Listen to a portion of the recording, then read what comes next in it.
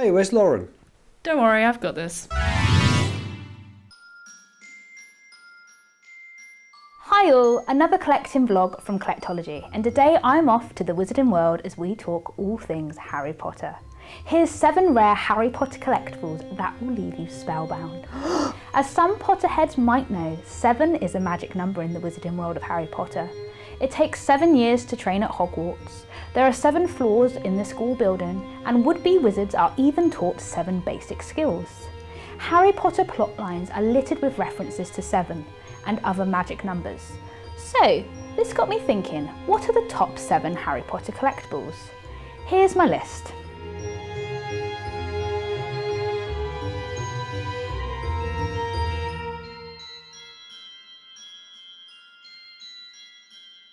First up is the tale of the £1.95 million book.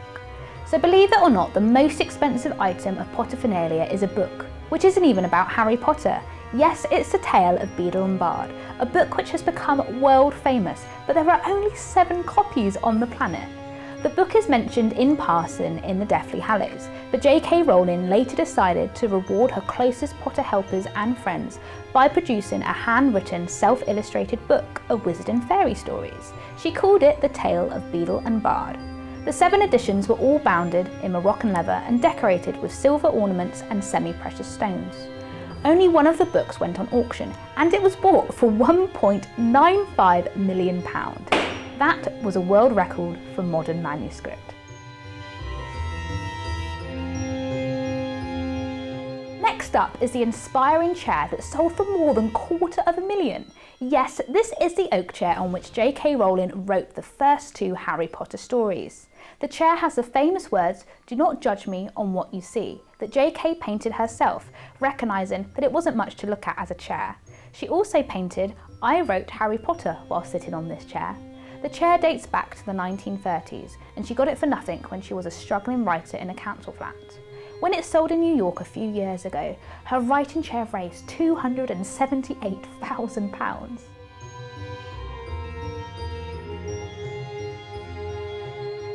What about the wonderful wand that sold for £7,000 in 2013? So for those of you in the know about wand lore, will agree that the wand absorbs the expertise of those who use them. And in this case, they also absorb a lot of cash, especially if it's the Harry Potter Elder Wand. The Elder Wand is one of the most sought after objects in the Harry Potter universe. Unlike other wands, this particular prop had the distinction of passing through the hands of 2 major characters, Voldemort, the one who shall not be named, and Harry himself. The real-life prop used in the Deathly Hallows films may not have had any real magical properties, but when it came up for sale in California in 2013, it sold for a magical £7,000, more than double its initial valuation.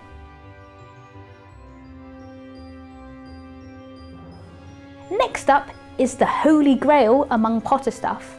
So some Potterheads watching this might know that the earliest editions of Harry Potter and the Philosopher's Stone are very precious, as only 500 copies were ever printed, and 300 of those were donated to libraries. So if you own a copy with the author's name printed as Joanne Rowling, then you might be sitting on a small fortune. The true first edition from 1997 is the UK Bloomsbury edition, and copies are extremely scarce and are often set to reach thousands of pounds at auction.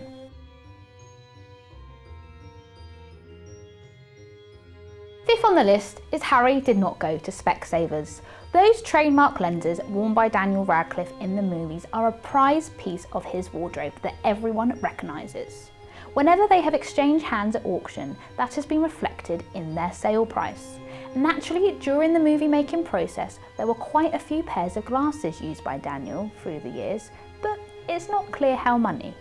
The sizes must have changed down, so there are quite a few tucked away somewhere. A test of how collectors prize them came at auction in Los Angeles 4 years ago, when one certified pair sold for £15,000. Another pair used in the film was reportedly kept as a souvenir by Daniel, and who could blame him?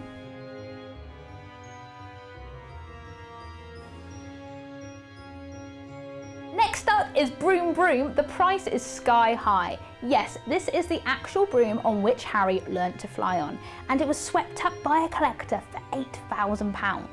There was no doubt about its authenticity, because the word Harry at the base of the broom head distinguished it from other brooms used in the same movie scenes.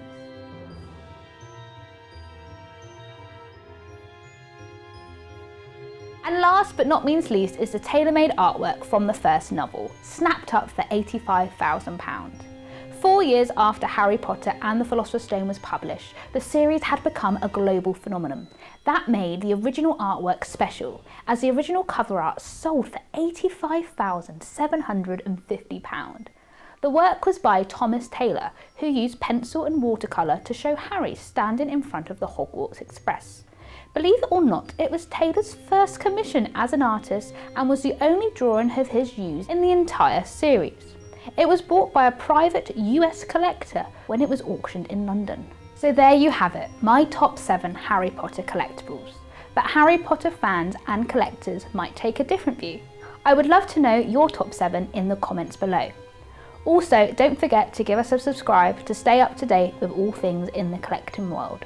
All you have to do is click that bell, yes, the one above my head, and you'll never miss a video. Thanks for watching all.